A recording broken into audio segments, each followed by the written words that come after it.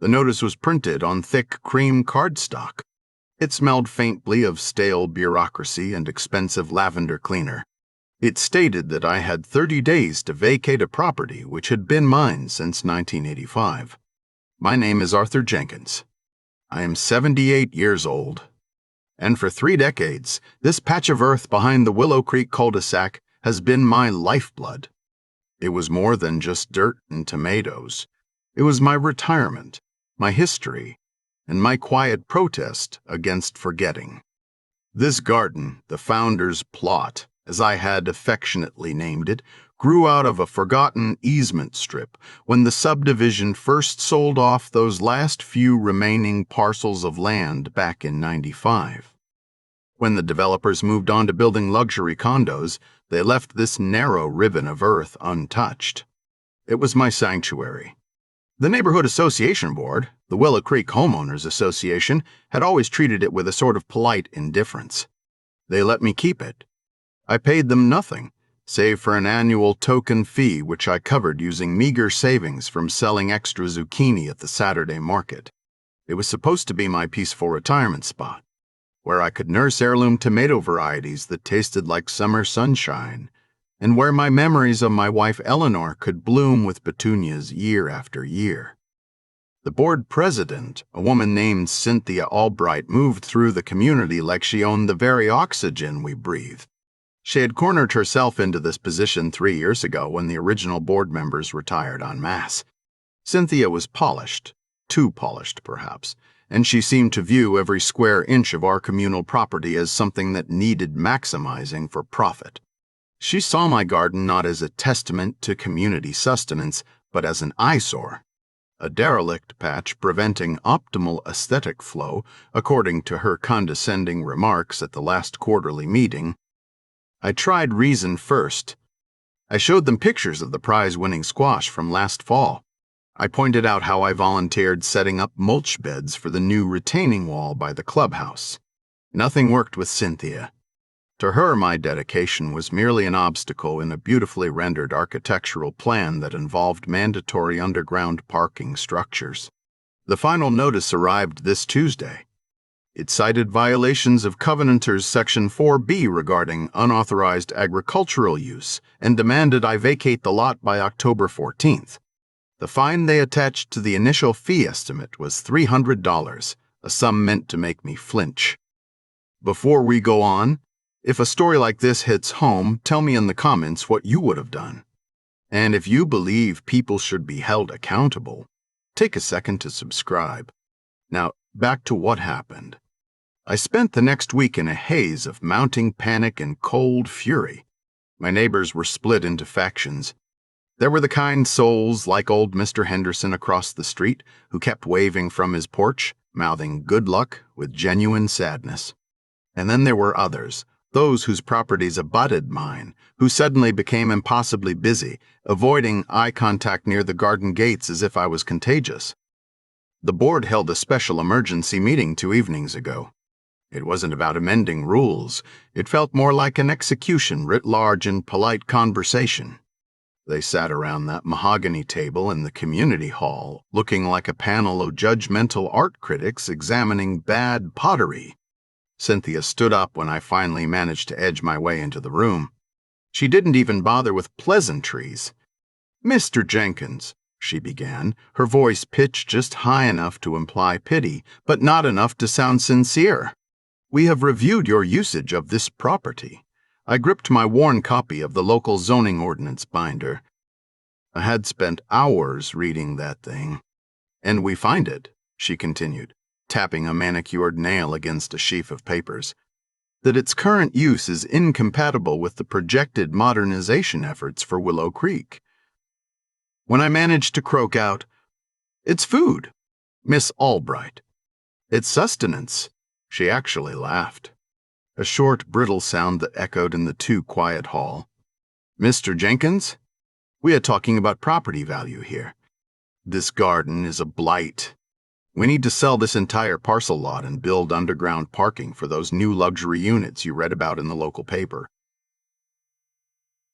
I stared at her. That was it. Not just my plot, but the whole strip of land they were planning to pave over the natural drainage area that kept our basement flooding every time there was a heavy storm. I left that meeting feeling cornered, exposed, and strangely energized by utter injustice. They thought I would pack up my wheelbarrow full of hardened soil and leave. They assumed 78 years meant fragility. The following day, I didn't tend the tomatoes. Instead, I drove to the county records office downtown. The main lobby smelled like dust and old shoe leather. I ignored the pleasant, chatty clerks who kept trying to direct me to online portals. I marched straight to the land deeds vault area. I spent 6 hours wading through property lines, reading plat maps from decades past. I wasn't looking for a zoning violation. I was looking for the original dedication documentation. The papers that proved who owned the easements and why they were left in the first place. It took me back to my apartment late that night. I spread out 6 brittle documents on my kitchen table. One particular deed, filed in 1985 alongside the initial subdivision plat, caught my eye. It wasn't just an easement, it contained language regarding natural drainage and community green space maintenance mandated by a specific historical charter from the county council of that time.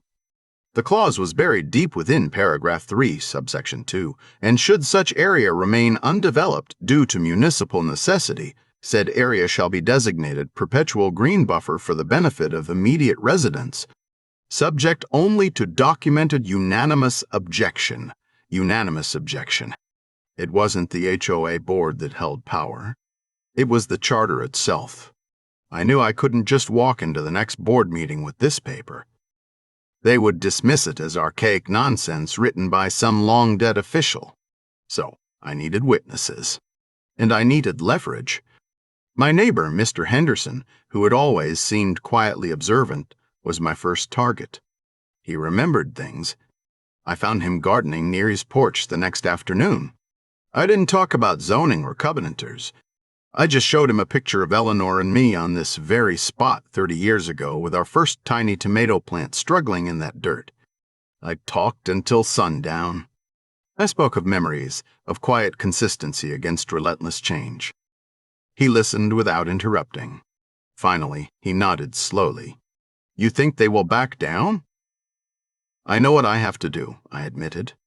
But I need you to come with me when it gets confrontational. The next board meeting was called an interim review session 2 weeks later. Cynthia Albright was practically vibrating with nervous energy. She sat at the head of the table, radiating brittle confidence. The other members were arrayed like concerned choir students awaiting a difficult hymn. When I arrived, I didn't carry a wheelbarrow or gardening gloves. I carried that binder and 3 copies of the original deed extract. I waited for Cynthia to start her predictable performance about upholding community standards, when she finished, and she did with an overly dramatic flourish of her hands. The air seemed to deflate. If we could return to the matter at hand, I began, my voice steady despite the adrenaline humming beneath my skin. It was quieter than hers, but it held a resonance that cut through the manufactured drama. I didn't argue about blight or aesthetics. I read, slowly, clearly, citing section and subsection. I read the language of perpetual green buffer status. I read the explicit mention of resident benefit over development maximization. Cynthia's composure flickered. She glanced desperately at her secretary, Miss Davies, who was pretending to take notes but kept darting horrified looks toward me. Mr. Jenkins, Cynthia finally said, her voice losing its artificial sheen, sounding strained, with respect, this document predates current association guidelines. Guidelines change, Miss Albright, I countered gently. Laws and foundational agreements sometimes do not. This clause references an agreed-upon perpetual right for the direct residents of Willow Creek to maintain a community green space. I paused, letting my gaze sweep over every board member, settling it longest on her face. And this agreement required documented unanimous objection from all current property owners wishing for its dissolution. You have presented only a resolution based on perceived financial opportunity. The silence that followed was profound. It wasn't the polite quiet of anticipation. It was the stunned, awkward vacuum created when someone realizes they have been thoroughly outmaneuvered by something fundamental.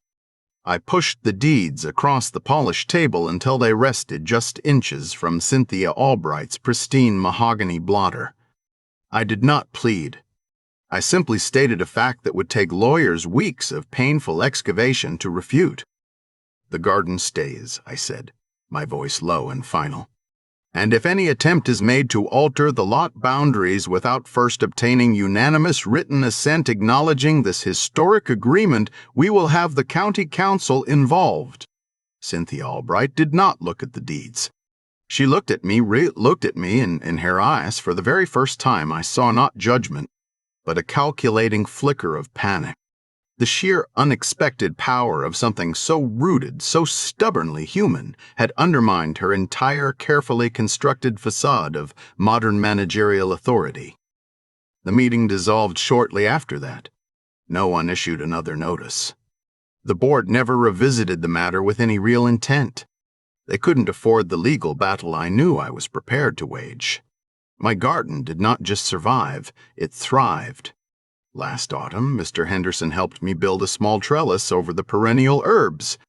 Cynthia Albright left the association by early spring of next year.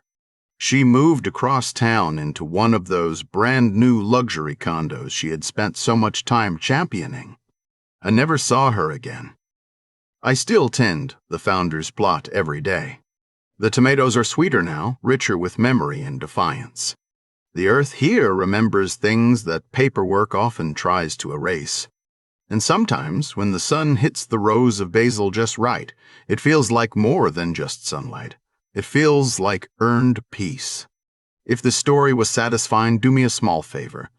Tap like, subscribe to Quiet Justice, and ring the bell so the next story finds you. Tell me in the comments how you would have handled it. Thank you for watching, and I will see you in the next one.